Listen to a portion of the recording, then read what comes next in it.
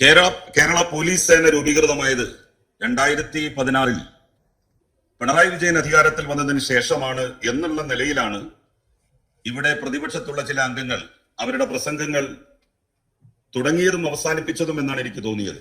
എനിക്ക് ആദ്യമേ ഒരു അഭ്യർത്ഥനയുള്ളത്, ഈ ചർച്ചകൾക്ക് അവസാനം ബഹുമാന്യനായിട്ടുള്ള മുഖ്യമന്ത്രി മറുപടി പറയാൻ എഴുന്നേൽക്കുമ്പോൾ ബഹിഷ്കരിച്ചു പോകാതിരിക്കാൻ പ്രതിപക്ഷാംഗങ്ങൾ പ്രത്യേകം ശ്രദ്ധിക്കണം എന്നുള്ള അഭ്യർത്ഥനയാണ്.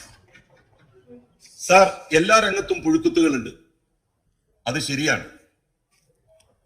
ഉദ്യോഗസ്ഥ മേഖലയിൽ, പോലീസ് മേഖലയിൽ, രാഷ്ട്രീയ പാർട്ടികളുടെ നേതൃത്വത്തിൽ എല്ലാം ഒരു കുട്ടിയുടെ ജനിക്കാനുള്ള അവകാശത്തെ നിഷേധിച്ച് ഭ്രൂണത്തിൽ തന്നെ ആ കുട്ടിയെ കൊന്നുകളഞ്ഞു എന്ന ആരോപണം നേരിടുന്ന രാഹുൽ മാങ്കൂട്ടത്തെ പോലെയാണോ എല്ലാ യൂത്ത് കോൺഗ്രസുകാരും, എല്ലാ കോൺഗ്രസുകാരും?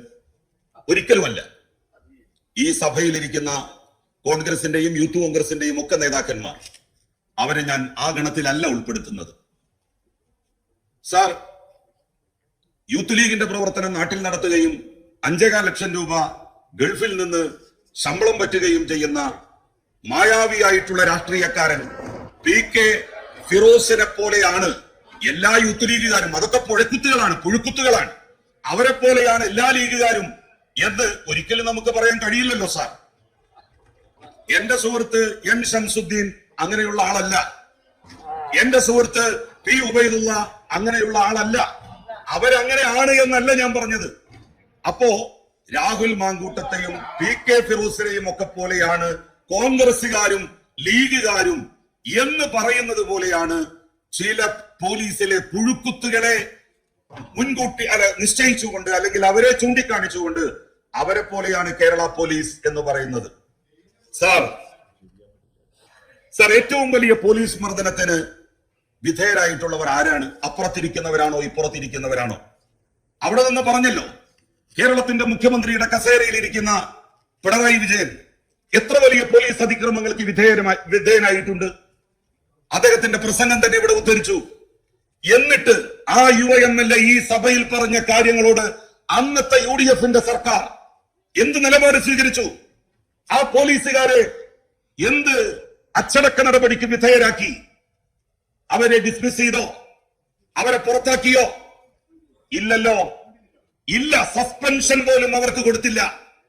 കേരളത്തിലെ ഒരു നിയമസഭാ അംഗത്തെ അതിക്രമിച്ചു എന്ന കേസിൽ സാർ, അവര് മാത്രമല്ല സാർ, കേരളത്തിന്റെ മുഖ്യമന്ത്രി മാത്രമല്ല, കേരളത്തിന്റെ സഹകരണ വകുപ്പ് മന്ത്രി വാസവൻ വലിയ പോലീസ് മർദ്ദനത്തിന് വിധേയനായിട്ടുണ്ട്. മുൻ മന്ത്രി TP രാമകൃഷ്ണനെ കക്കയം ക്യാമ്പിൽ കൊണ്ടുപോയി മർദ്ദിച്ചിട്ടുണ്ട് പോലീസ്. അവർക്കെതിരെ എന്ത് നിലപാട് സ്വീകരിച്ചു, എന്ത് നടപടി സ്വീകരിച്ചു? ഇതായിരിക്കുന്ന കടകംപള്ളി സുരേന്ദ്രൻ മുൻ മന്ത്രി അടിയന്തരാവസ്ഥ കാലത്ത് എന്തുമാത്രം പീഡനങ്ങൾ നേരിട്ടയാളാണ്. ആയിരിക്കുന്ന പൊന്നാനി MLA നന്ദകുമാർ അടിയന്തരാവസ്ഥ കാലത്ത് അതിക്രമങ്ങൾക്ക് വിധേയനായിട്ടുണ്ട്. ആയിരിക്കുന്ന ഹരീന്ദ്രൻ MLA അദ്ദേഹം അതിക്രമങ്ങൾക്ക് വിധേയരായിട്ടുണ്ട്. ഈ ആളുകളെ ആക്രമിച്ച പോലീസുകാർക്കെതിരായി അന്നത്തെ UDF-ന്റെ സർക്കാർ എന്ത് നിലപാട് സ്വീകരിച്ചു? അന്നത്തെ UDF-ന്റെ സർക്കാർ? അന്ന് ഞാൻ ചെറിയ കുട്ടിയായിരുന്നില്ലേ ലത്തീഫ് ക? നിങ്ങളെപ്പോലെ അന്ന് ഞാൻ ചെറുപ്പക്കാരനും മധ്യവയസ്കനൊന്നും ആയിരുന്നില്ലല്ലോ.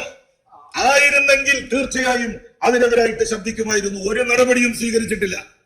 കേരളത്തിന്റെ ചരിത്രത്തിൽ ആദ്യമായി പോലീസ് സേനയിലെ ഉദ്യോഗസ്ഥന്മാരെ ഡിസ്മിസ് ചെയ്യണമെന്നുള്ള നടപടി സ്വീകരിച്ച മുഖ്യമന്ത്രിയാണ് ഇന്ന് കേരളം ഭരിക്കുന്നത്. കേരളത്തിന്റെ ചരിത്രത്തിൽ ഏതെങ്കിലും ആഭ്യന്തരമന്ത്രിമാരുടെ കാലത്ത്, ഏതെങ്കിലും മുഖ്യമന്ത്രിമാരുടെ കാലത്ത് ഏതെങ്കിലും ഒരു ഹെഡ് കോൺസ്റ്റബിളിനെ കേരളത്തിന്റെ പോലീസ് സേനയിൽ നിന്ന് എന്നേക്കുമായി പിരിച്ചുവിട്ടിട്ടുണ്ടോ? 144 പോലീസ് ഉദ്യോഗസ്ഥന്മാരെയാണ് സഖാവ് പിണറായി വിജയൻ കേരളത്തിന്റെ മുഖ്യമന്ത്രിയായതിനു ശേഷം ഇത്തരത്തിലുള്ള പുഴുക്കുത്തുകളെ കേരളത്തിന്റെ പോലീസ് സേനയിൽ നിന്ന് എന്നേക്കുമായി മാറ്റി നിർത്തിയത്. സസ്പെൻഡ് ചെയ്യുകയല്ല ചെയ്തത്, അച്ചടക്ക നടപടികൾ സ്വീകരിച്ച് ഇൻക്രിമെന്റ് കട്ട് ചെയ്യുകയല്ല ചെയ്തത്, അവരെ എന്നേക്കുമായി പിരിച്ചുവിടുകയാണ് ചെയ്തത്. ഒരാളെയെങ്കിലും പിരിച്ചുവിട്ടു എന്ന് നിങ്ങൾക്ക് പറയാൻ സാധിക്കുമോ? കോൺഗ്രസിനോ മുസ്ലിം ലീഗിനോ? സർ, കോഴിക്കോട് റീജിയണൽ എഞ്ചിനീയറിംഗ് കോളേജിലെ മിടുക്കനായ വിദ്യാർത്ഥിയായിരുന്ന രാജനെ ഉരുട്ടിക്കൊന്നു. എന്നിട്ട് അവസാനം ആ രാജന്റെ മൃതദേഹം പോലും കത്തിച്ച് ചാമ്പലാക്കി കുടുംബക്കാർക്ക് കൊടുത്തോ ആ മൃതദേഹം? നമ്മളത് കേട്ടിട്ടുണ്ട്. അമേരിക്ക ചെയ്യാറുണ്ട് എന്ന് പറയാറുണ്ട്. മുഹമ്മദ് ഗദ്ദാഫി 40 കൊല്ലം ലിബിയയുടെ പ്രസിഡന്റ് ആയിരുന്ന മനുഷ്യനെ കൊന്നതിന് ശേഷം അദ്ദേഹത്തിന്റെ മൃതദേഹം അദ്ദേഹത്തിന്റെ കുടുംബക്കാർക്ക് കൊടുത്തില്ല.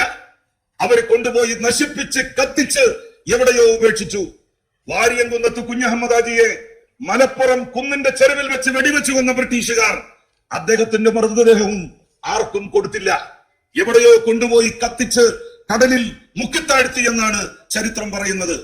സാർ, അതുപോലെ രാജൻ എന്ന് പറയുന്ന റീജിയണൽ എഞ്ചിനീയറിംഗ് കോളേജിൽ പഠിച്ചിരുന്ന മിടുക്കനായ കുട്ടിയെ കൊന്നു എന്ന് മാത്രമല്ല, ആ കൊന്നതിന് ശേഷം മൃതദേഹം പോലും കുടുംബക്കാർക്ക് വിട്ടുകൊടുക്കാതെ കത്തിച്ച് ചാമ്പലാക്കി വെണ്ണീറാക്കി കളഞ്ഞത് ആര് ആഭ്യന്തരമന്ത്രിയായിരുന്ന കാലത്താണ്?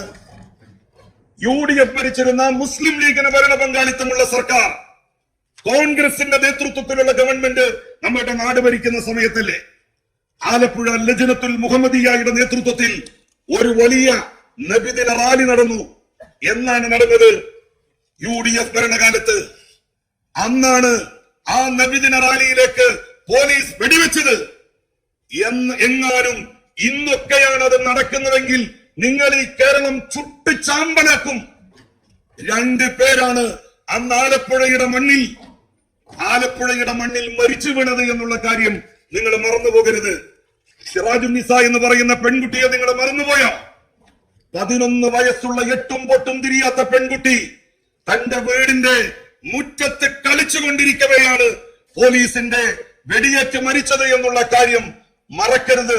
ലീഗ് ഭരണത്തിലായിരുന്നു എന്ന് BJPയുടെ അഖിലേന്ത്യാ പ്രസിഡന്റ് മുരളി മനോഹർ ജോഷി നടത്തിയ ഏകതാ യാത്രയുടെ ഉപജാഥ എന്നുള്ള നിലയിൽ മുസ്ലിം സാന്ദ്രീകൃത മേഖലയായിട്ടുള്ള പ്രദേശത്തുകൂടെ BJPയുടെ റാലിക്ക് കടന്നുപോകാൻ ആരാണ് അനുവാദം നൽകിയത്?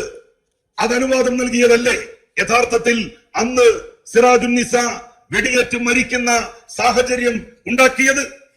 സാർ, ഇതുപോലെ എത്രയെത്ര സംഭവങ്ങൾ, പോലീസ് അതിക്രമങ്ങൾ, കസ്റ്റഡി മരണങ്ങൾ.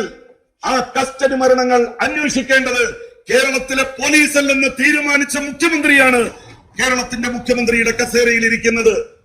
അത് കേന്ദ്ര ഏജൻസികൾ, ബാഹ്യ ഏജൻസികൾ അന്വേഷിക്കട്ടെ എന്ന് തീരുമാനിച്ച മുഖ്യമന്ത്രിയാണ് നമ്മളുടെ മുഖ്യമന്ത്രി എന്നുള്ളത് നിങ്ങൾ മറന്നുപോകരുത്. ഇത്തരത്തിലുള്ള പുഴുക്കുത്തുകളെ ഏത് സേനയിലായാലും വെച്ച് പൊറുപ്പിക്കില്ല എന്ന നിലപാടാണ് സർക്കാർ എടുത്തത്. 2.5 കൊല്ലം മുമ്പ് നടന്ന ഒരു സംഭവം ഇന്ന് നിങ്ങൾ ഉയർത്തിക്കൊണ്ടുവരാൻ വന്നപ്പോ, അത് മാധ്യമങ്ങളിലൂടെ അറിഞ്ഞപ്പോ ഉടനെ തന്നെ പോലീസ് ഉദ്യോഗസ്ഥന്മാരെ സസ്പെൻഡ് ചെയ്ത നിലപാട് സ്വീകരിച്ച ഈ മുഖ്യമന്ത്രിയെ നിങ്ങൾക്ക് എങ്ങനെയാണ് വിമർശിക്കുവാൻ വേണ്ടി കഴിയുക? സാർ, ഇന്നത്തെ ഈ അടിയന്തര പ്രമേയത്തെ അതിശക്തമായി എതിർത്തുകൊണ്ട് ഞാൻ അവസാനിപ്പിക്കുന്നു.